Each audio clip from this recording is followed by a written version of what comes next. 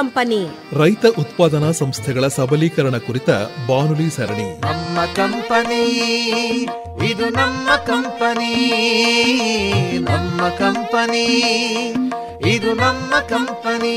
ಕೇಳಿ ಕಾರ್ಯಕ್ರಮ ನಮ್ ಕಂಪನಿ. ಹಲವು ಬೆಳೆಗಳ ದವಸ ಧಾನ್ಯಗಳ ಉತ್ಪಾದಕ ಸಂಸ್ಥೆ, ಹಣ್ಣು ಹಂಪಲು ಮೊಟ್ಟೆ ಮಾಂಸಗಳ ಉತ್ಪಾದಕ ಸಂಸ್ಥೆ. ನಮ್ಮ ಕಂಪನಿ ರೈತ ಉತ್ಪಾದಕರ ಕಂಪನಿ. ರೈತ ಬಾಂಧವರೇ, ಇಂದಿನ ನಮ್ ಕಂಪನಿ ಬಾನುಲಿ ಸರಣಿಯಲ್ಲಿ ಸಿರಿಧಾನ್ಯ ಹಾಗೂ ತೆಂಗು ಬೇಸಾಯ ಮತ್ತು ಮಾರಾಟವನ್ನು ಕುರಿತ ಸಂವಾದವಿದೆ. ಭಾಗವಹಿಸುತ್ತಾರೆ ಕಲ್ಪಮಿತ್ರ ರೈತ ಉತ್ಪಾದಕ ಕಂಪನಿಯ ವ್ಯವಸ್ಥಾಪಕ ನಿರ್ದೇಶಕರಾದ ಜಿ ಪುಟ್ಟರಾಜು ಮತ್ತು ದುರ್ಗದ ಮಿಲೆಟ್ಸ್ ರೈತ ಉತ್ಪಾದಕ ಕಂಪನಿಯ ಮುಖ್ಯ ಕಾರ್ಯನಿರ್ವಾಹಕ ಅಧಿಕಾರಿ ಬಿಜಿ ಗಿರೀಶ್. ನಮ್ಮ ಕಂಪನಿ ರೈತ ಉತ್ಪಾದಕರ ಕಂಪನಿ. ಪುಟ್ಟರಾಜು ಅವರೇ ನಮಸ್ಕಾರ. ನಮಸ್ಕಾರ ಸರ್. ಗಿರೀಶ್ ಅವರೇ ತಮಗೂ ನಮಸ್ಕಾರ. ನಮಸ್ಕಾರ ಸರ್. ಹೇಳಿ ಪುಟ್ಟರಾಜು ಅವರೇ, ತಾವು ತೆಂಗು ಅಡಿಕೆ ಈ ಬೇಸಾಯ ಮತ್ತು ಉತ್ಪನ್ನಗಳ ಮಾರಾಟಕ್ಕೆ ಸಂಬಂಧಪಟ್ಟಂತೆ ಒಂದು ಕಂಪನಿಯನ್ನು ಕಟ್ಟಿದ್ದೀರಿ. ಯಾತಕ್ಕೋಸ್ಕರ ಈ ಕಂಪನಿಯನ್ನು ಶುರು ಮಾಡಿದ್ರಿ ಸರ್? ಮುಖ್ಯವಾದ ಉದ್ದೇಶ ಏನು ಅಂದರೆ, ನಾವು ಸುಮಾರು 21/12/2021 ಇಸ್ವಿನಲ್ಲಿ ನಾವೊಂದು FAO ಸ್ಥಾಪನೆ ಮಾಡ್ತೀವಿ ಸರ್. ಚಿಕ್ಕನಾಯಕನಹಳ್ಳಿ ತಾಲೂಕು, ಹುಳಿಯಾರು, ತುಮಕೂರು ಜಿಲ್ಲೆಯಲ್ಲಿ ಸ್ಥಾಪನೆ ಮಾಡ್ತೀವಿ. ಇದರ ಮುಖ್ಯ ಉದ್ದೇಶ ಏನು ಅಂದರೆ, ರೈತರಿಗೋಸ್ಕರನೇ ಸ್ಥಾಪಿಸಲ್ಪಟ್ಟಂತಹ ಒಂದು ಸಂಸ್ಥೆ ಆಗಿದೆ ಸರ್. ಇದು ಕೇಂದ್ರ ಸರ್ಕಾರದಿಂದ ಅನುಮೋದನೆ ಪಟ್ಟಿರ್ತಕ್ಕಂಥ ಒಂದು ಸಂಸ್ಥೆ. ಇದನ್ನು ಕಂಪ್ನಿ ಅಂತೇಳಿ ನಾವು ಕರಿತೀವಿ, ಕನ್ಸಿಡರ್ ಮಾಡ್ತೀವಿ. ಎಲ್ಲ ಕಂಪ್ನಿಗಳು ಹೇಗೆ ಸ್ಥಾಪನೆ ಮಾಡ್ತಾವೋ ಅದೇ ಥರ ಇದೊಂದು ಕಂಪ್ನಿಯನ್ನು ರೈತರಿಗೋಸ್ಕರ ಸ್ಥಾಪನೆ ಮಾಡಿದಂಥ ಇದೊಂದು ಕಂಪ್ನಿ ಸರ್. ಇದರ ಉದ್ದೇಶ ಏನು ಅಂದರೆ, ರೈತರು ಸಹ ಇದರಲ್ಲಿ ಭಾಗವಹಿಸಿ ಉದ್ದಿಮೆದಾರರಾಗಬೇಕು ಅನ್ನೋದು ಒಂದು ಉದ್ದೇಶ. ರೈತರನ್ನು ಸಹ ಮಾರುಕಟ್ಟೆಗೆ ತೊಡಗಿಸ್ಕೋಬೇಕು ಅನ್ನೋದು ಈ ಉದ್ದೇಶದಿಂದ ನಾವು ಈ ಸಂಸ್ಥೆಯನ್ನು ಓಪನ್ ಮಾಡಿದ್ದೀವಿ ಸರ್. ಅಲ್ಲ, ಈಗ ನಿಮ್ಮ ಬಗ್ಗೆ ಒಂಚೂರು ಹೇಳಿ. ನೀವು ರೈತರ? ಹಾಂ, ನಾವು ರೈತರು. ಜಮೀನು ಎಷ್ಟಿದೆ ತಮಗೆ? ನಮಗೆ 12 ಎಕರೆ ಜಮೀನಿದೆ ಸರ್. ಏನೇನು ಬೆಳೆ ಬೆಳಿತೀರಿ ಸರ್? ನಮ್ಮದು ತೆಂಗಿದೆ, ಅಡಿಕೆ ಇದೆ, ರಾಗಿ ಬೆಳಿತೀವಿ, ಕೆಲವು ಹಣ್ಣಿನ ಗಿಡಗಳನ್ನು ಹಾಕಿದ್ದೀವಿ ಸರ್ ಸ್ವಂತಕ್ಕೆ. ಏನೇನು ಹಣ್ಣಿನ ಗಿಡ ಬೆಳೆದಿದ್ರಿ ಸರ್? ನಾವು ಸೀಬೆ, ಸಪೋಟ, ಪರಂಗಿ ಇದೆ. ಅಂದರೆ ಸ್ವಂತಕ್ಕೆ ನಾವು ಬೆಳ್ಕೊಂಡಿದ್ದೀವಿ ಸರ್, ನಾವು ರೈತರಾಗಿ ನಮಗೆ ಉಪಯೋಗಿಸ್ತಕ್ಕಂಥವು ಕೆಲವು ಹಣ್ಣಿನ ಗಿಡಗಳು ಮತ್ತು ತರಕಾರಿ ಗಿಡಗಳನ್ನು ನಾವು ಬೆಳೆದಿದ್ದೀವಿ.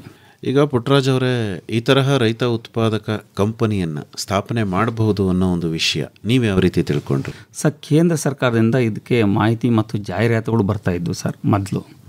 ಎರಡನೇದಾಗಿ ಈ ಸರ್ಕಾರದಿಂದ, ರಾಜ್ಯ ಸರ್ಕಾರ ಮತ್ತು ಕೇಂದ್ರ ಸರ್ಕಾರದಿಂದ ಜಾಹೀರಾತಿನ ಜೊತೆಗೆ ರಾಜ್ಯ ಸರ್ಕಾರದ ವತಿಯಿಂದ ಕೃಷಿ ಇಲಾಖೆ ಮತ್ತು ತೋಟಗಾರಿಕೆ ಇಲಾಖೆ ವತಿಯಿಂದ ನಮಗೆ ಪ್ರೋತ್ಸಾಹವನ್ನು ಕೊಡ್ತೀವಿ ಅಂತೇಳಿ ಅವರೇ ಮುಂದೆ ಬಂದಿದ್ದರು ಸರ್. ಅದರ ಡೈರೆಕ್ಟರ್ಸು, ಅಂದರೆ ತಾಲೂಕಿಗೊಬ್ಬರು ಡೈರೆಕ್ಟರ್ ಏನಿರ್ತಾರೆ ಅವರೇ ಮುಂದೆ ಬಂದರು. ಎಲ್ಲೆಲ್ಲಿ ಅದರ ಅನುಕೂಲತೆ ಇದೆ, ಎಲ್ಲೆಲ್ಲಿ ಸಾಧ್ಯ ಆಗುತ್ತೆ, ಎಲ್ಲೆಲ್ಲಿ ರೈತರು ಹೆಚ್ಚಿನದಾಗಿದ್ದಾರೆ ಆ ಪ್ರದೇಶದಲ್ಲಿ ಅತಿ ಹೆಚ್ಚಿನದಾಗಿ ಒತ್ತು ಕೊಟ್ಟು ಅಲ್ಲಿ ಸ್ಥಾಪನೆ ಮಾಡ್ಬೋದು ಅಂತೇಳಿ 2 ವರ್ಷದ ಹಿಂದೆ ನಮಗೆ ಈ ಕಾರ್ಯಕ್ರಮವನ್ನು ಪ್ರಾರಂಭಿಸ್ಬೋದು ಅಂತ ನಮಗೆ ಉದ್ದೇಶವಾಗಿ ಬಂದು ಹೇಳಿದ ನಂತರ ನಾವು ಸ್ಥಾಪನೆ ಮಾಡಿದ್ವಿ. ಅಲ್ಲ, ನಿಮಗೆ ಮಾಡಿದರೆ ಒಳ್ಳೇದಾಗತ್ತೆ ಅಂತ ಅನ್ನಿಸ್ತಾ?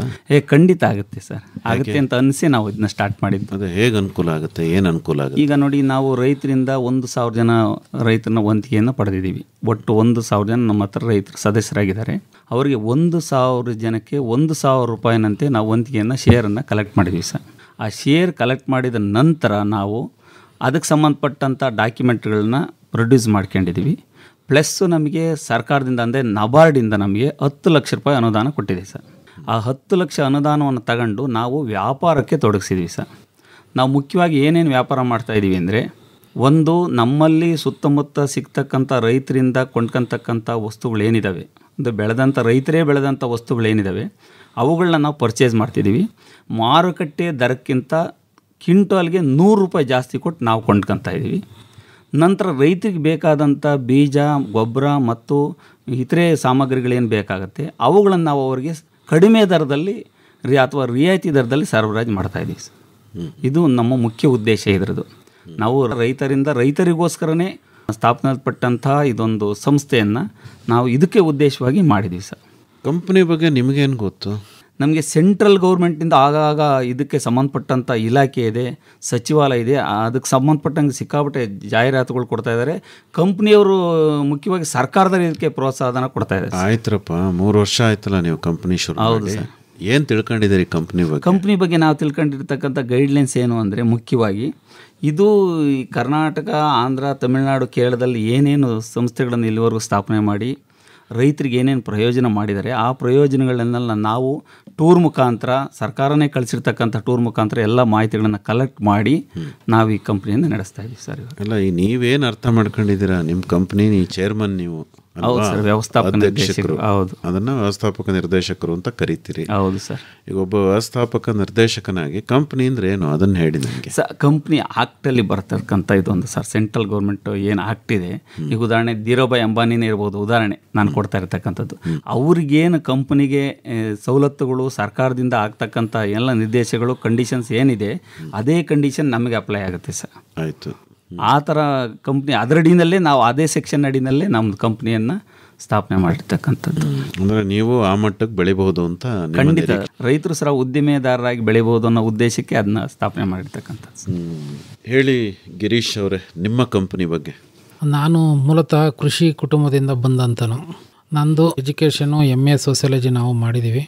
ನಮ್ಮದು 4 ಎಕರೆ ನಮ್ಮದು ಜಮೀನಿದೆ, ಕೃಷಿ ಜಮೀನು. ನಾನು ಎಜುಕೇಷನ್ ಮುಗಿಸಿ ಪ್ರಾರಂಭದಲ್ಲಿ ನಾವು ಕೃಷಿನೇ ಮಾಡ್ತಾ ಇದ್ದಿದ್ದು. ನಾವು 4 ಎಕರೆನಲ್ಲಿ ಕೃಷಿ ಬೆಳೆನೆಲ್ಲ ಮುಂಗಾರಲ್ಲಿ ಹೆಸರು ಕಾಳು ಈ ಥರದ್ದೆಲ್ಲ ಬೆಳೀತಿದ್ದು. ಹಿಂಗಾರಲ್ಲಿ ರಾಗಿ, ಸಾಮೆ, ಸಿರಿಧಾನ್ಯಗಳನ್ನು ಬೆಳೀತಾ ಇದ್ದು.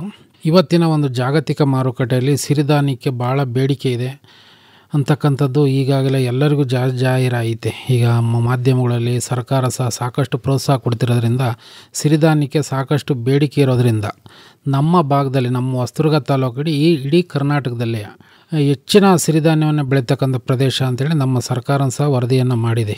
ಈ ವರ್ಷ 24-25ನೇ ಸಾಲಿಗೆ ಸಂಬಂಧಪಟ್ಟಂಗೆ ನಮ್ಮ ಒಂದು ಕ್ರಾಪ್ ಸರ್ವೆ ಪ್ರಕಾರ ನಮ್ಮ ಇದರಲ್ಲಿ ಟೋಟಲ್ಲು 60,000 ಎಕರೆ ಪ್ರದೇಶದಲ್ಲಿ ಈ ವರ್ಷ ಸಿರಿಧಾನ್ಯವನ್ನು ಬೆಳೆದಿದ್ದಾರೆ.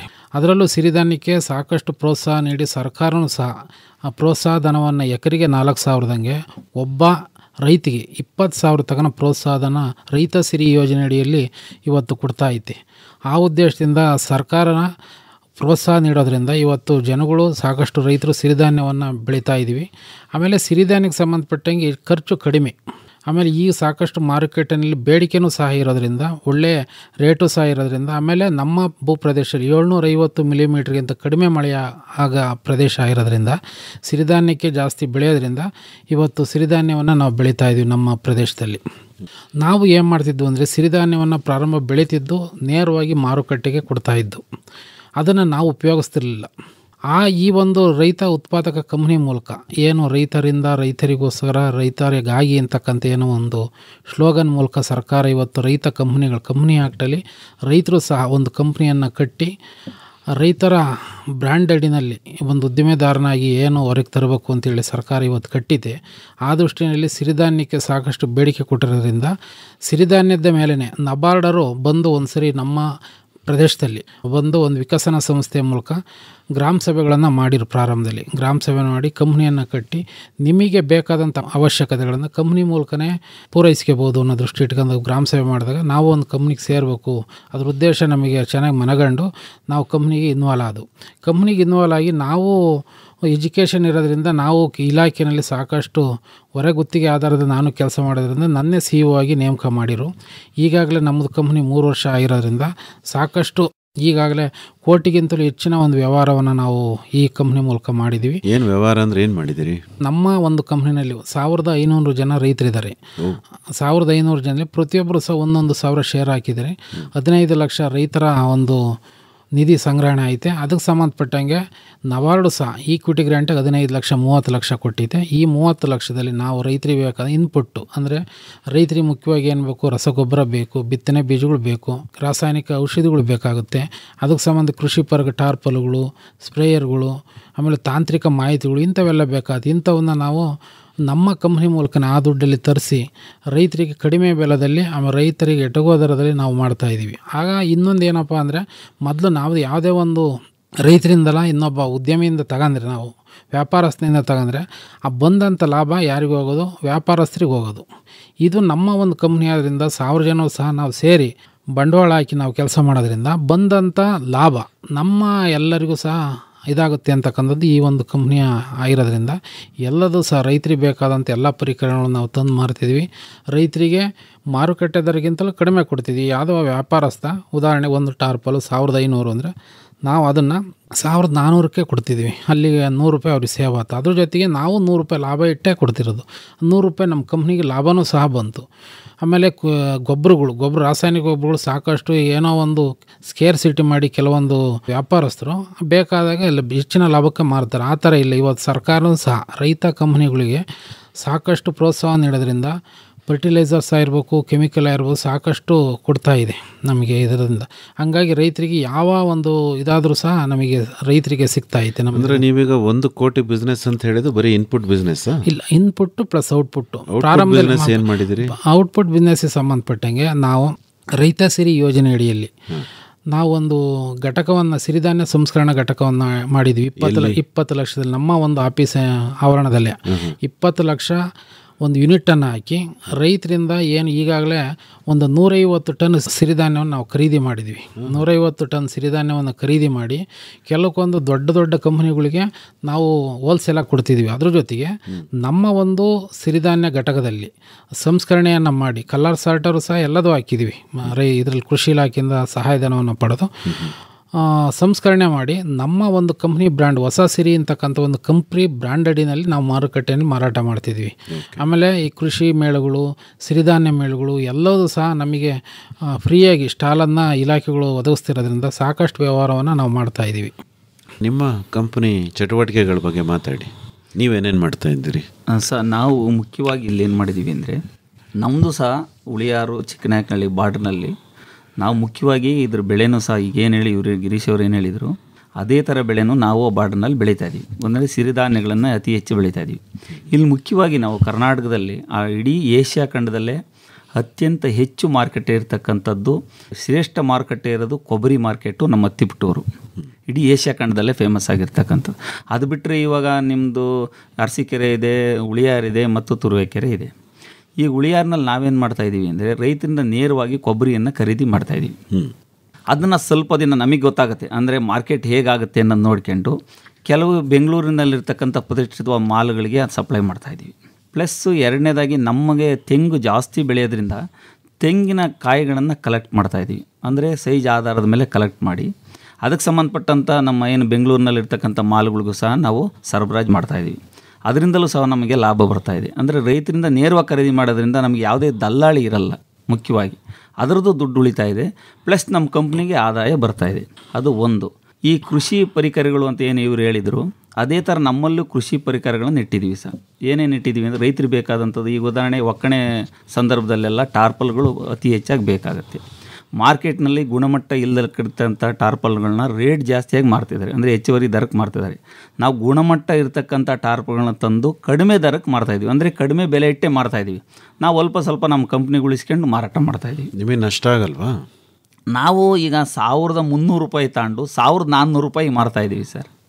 ಮುಖ್ಯವಾಗಿ 100 ರೂಪಾಯಿ ಲಾಭ ಇಡ್ತಿದ್ದೀವಿ. ಅವರು 1200 ರೂಪಾಯಿ ತಂದು 1500ಕ್ಕೆ ಅವ್ರು ಮಾರ್ತಿದ್ದಾರೆ. ಅದರಿಂದ ಈಗ ಜನ ಈಗೇನು ರೈತರು ಸಹ ಎಲ್ಲದು ಪ್ರತಿಯೊಬ್ಬರು ಮನೆಯಲ್ಲೂ ಎಜುಕೇಷನ್ ಮಾಡ್ತಾ ಇರೋದು, ಸರ್ಕಾರವೇ ಎಜುಕೇಷನ್ ಮಾಡಿ ಅಂತ ಕೊಡ್ತಾ ಇರೋದ್ರಿಂದ ಅವ್ರಿಗೂ ಸ್ವಲ್ಪ ಬುದ್ಧಿಶಕ್ತಿ ಜಾಸ್ತಿ ಆಗಿದೆ. ನಾವು ಈ ಬುದ್ಧಿಶಕ್ತಿ ಜಾಸ್ತಿ ಆಗಲಿ ಅನ್ನೋ ಉದ್ದೇಶಕ್ಕೆ ಸಾಕಷ್ಟು ತರಬೇತಿಗಳನ್ನು ರೈತರಿಗೆ ಕೊಡ್ತಾಯಿದ್ದೀವಿ. ಮಾರುಕಟ್ಟೆ ಅಂದ್ರೇನು, ಮಾರುಕಟ್ಟೆ ಪ್ರಮಾಣ ಎಲ್ಲೆಲ್ಲಿ ಯಾವ್ಯಾವ ಮಾರುಕಟ್ಟೆಗಳಿದೆ ಅಂಥೇಳಿ, ಆಮೇಲೆ ಗ್ರಾಮೀಣ ಅಭಿವೃದ್ಧಿ ಮತ್ತು ಪಶುಸಂಗೋಪನೆ ಇಲಾಖೆ ವತಿಯಿಂದ ನಾವೆಲ್ಲ ಟ್ರೈನಿಂಗ್ನೂ ಸಹ ತರಬೇತಿಯನ್ನು ರೈತರಿಗೆ ಕೊಡಿಸ್ತಾ ಇದ್ದೀವಿ ಸರ್. ಅದರಿಂದ ರೈತರು ಸಹ ಈಗ ಎಜುಕೇಟ್ ಆಗ್ತಾ ಇದ್ದಾರೆ ಈ ವಿಚಾರ. ನಿಮ್ಮ ಟರ್ನ್ ಓವರ್ ಎಷ್ಟಾಗಿದೆ ಸರ್? 70 ಲಕ್ಷ ಟರ್ನ್ ಓವರ್ ಆಗಿದೆ ಸರ್ ನಮ್ಮದು. ಅಂದರೆ ಇನ್ಪುಟ್ ಬಿಸ್ನೆಸ್ಸು ಜೊತೆಗೆ ಔಟ್ಪುಟ್ ಬಿಸ್ನೆಸ್. ಹೌದು. ನಾವು ಕೆಲವು FAOಗಳಿಗೆ ನಮಗೆ ನಮ್ಮ ಸುತ್ತಮುತ್ತಲು ಇರ್ತಕ್ಕಂಥ ಕಲೆಕ್ಟ್ ಮಾಡಿ, ಉದಾಹರಣೆ ಬಾಗಲಕೋಟೆ ಇರ್ಬೋದು, ಕೋಲಾರ ಇರ್ಬೋದು, ಅವ್ರಿಗೆ ಬೇಕಾದಂಥ, ಅವ್ರಿಗೆ ತೆಂಗಿನಕಾಯಿ ಬೇಕಾಗುತ್ತೆ, ನಾವು ತೆಂಗಿನಕಾಯಿ ಅವ್ರಿಗೆ ಕಳಿಸ್ತೀವಿ. ಇಲ್ಲಿ ದಾವಣಗೆರೆಯಿಂದ ನಾವು ಮೆಕ್ಕೆಜೋಳನ ನಾವು ತರಿಸ್ಕೊಂತೀವಿ ಸರ್, ಅಂದರೆ FAO to FAO. ಸರಿ. ಮೆಕ್ಕೆಜೋಳ ತಗೊಂಡು ನೀವೇನು ಮಾಡ್ತೀರಿ? ಮೆಕ್ಕೆಜೋಳ ತಗೊಂಡು ಇಲ್ಲಿ ನಮಗೆ ಕೆಲವು ಮಿಷಿನ್ಗಳಿದ್ದಾವೆ ಸರ್, ಅಂದರೆ ಮಿಲ್ಲಿಗೆ ನಾವು ಕೊಡ್ತೀವಿ, ಅಂದರೆ ಬೂಸ ಮಿಲ್ಗಳಿದಾವಲ್ಲ ಅವು ಕೊಡ್ತೀವಿ. ಆಮೇಲೆ ಬೂಸನೂ ಸಹ ನಾವು ಕಡಿಮೆ ದರಕ್ಕೆ ತಗೊಂಡು ನಮಗೆ ಸ್ವಲ್ಪ ಲಾಭ ಇಟ್ಕೊಂಡು ರೈತರಿಗೆ ಮಾರಾಟ ಮಾಡ್ತೀವಿ. ಪಶು ಆಹಾರ ಮುಖ್ಯವಾಗಿ. ಪಶು ಆಹಾರ ಎಲ್ಲ ಕಡೆ ಈಗ ಸಿಂಧಿ ಹಸುಗಳು ಜಾಸ್ತಿ ಇರೋದ್ರಿಂದ ಪಶು ಆಹಾರದ ಬೇಡಿಕೆ ಭಾಳ ಜಾಸ್ತಿ ಇದೆ. ಪಶು ಆಹಾರದಲ್ಲಿ ದೊಡ್ಡ ದಂಧೆನೇ ನಡೀತಾ ಇದೆ. ಅದಕ್ಕೋಸ್ಕರ ನಾವು ಅದನ್ನು ತಗ್ಗಿಸ್ಬೇಕು ಅನ್ನೋ ಉದ್ದೇಶಕ್ಕೆ ರೈತರು ನೇರವಾಗಿ ನಾವು ಸಂಪರ್ಕದಲ್ಲಿದ್ದೀವಿ ಆ ವಿಚಾರದಲ್ಲಿ. ಪುಟ್ಟರಾಜ್ ಅವರೇ, 3 ವರ್ಷದಲ್ಲಿ ಆರಂಭದಲ್ಲಿ ನಿಮ್ಮ ಬಿಸ್ನೆಸ್ ಎಷ್ಟಿತ್ತು? 3 ವರ್ಷ ಕಳೆಯೋದ್ರಲ್ಲಿ ಎಷ್ಟು ಇಂಪ್ರೂವ್ ಮಾಡಿ? ಈಗ ನೋಡಿ, ನಮಗೆ ಆರಂಭದಲ್ಲಿ ನಾವು ಒಂದಷ್ಟು ತರಬೇತಿಗಳು ತಗೊಂಡು ಜನಗಳನ್ನ ಎಜುಕೇಟ್ ಮಾಡಿ ಅವರಿಗೆಲ್ಲ ಈ ರೀತಿ ಶೇರ್ ಹಾಕೋದ್ರಿಂದ ಏನಾಗುತ್ತೆ, ನಿಮಗೆ ಲಾಭ ಏನು ಬರುತ್ತೆ ಅನ್ನೋ ಉದ್ದೇಶಕ್ಕೆ ಹೆಚ್ಚು ಕಮ್ಮಿ 7 ರಿಂದ 8 ತಿಂಗಳು ತಾಯಿತು ಸರ್ ನಮಗೆ. ಅಂದರೆ ಶೇರ್ ಕಲೆಕ್ಟ್ ಮಾಡೋದಲ್ಲೇ ಅತಿ ಹೆಚ್ಚಿನ ಟೈಮು ಆಯಿತು. ಅವಾಗ ನಾವು ಅಷ್ಟೊಂದು ಬಿಸ್ನೆಸ್ನ ಮಾಡಲಿಲ್ಲ, ಬರೀ 10 ಲಕ್ಷ ಬಿಸ್ನೆಸ್ ಮಾಡಿದ್ವಿ ಪ್ರಾಥಮಿಕ ವರ್ಷದಲ್ಲಿ.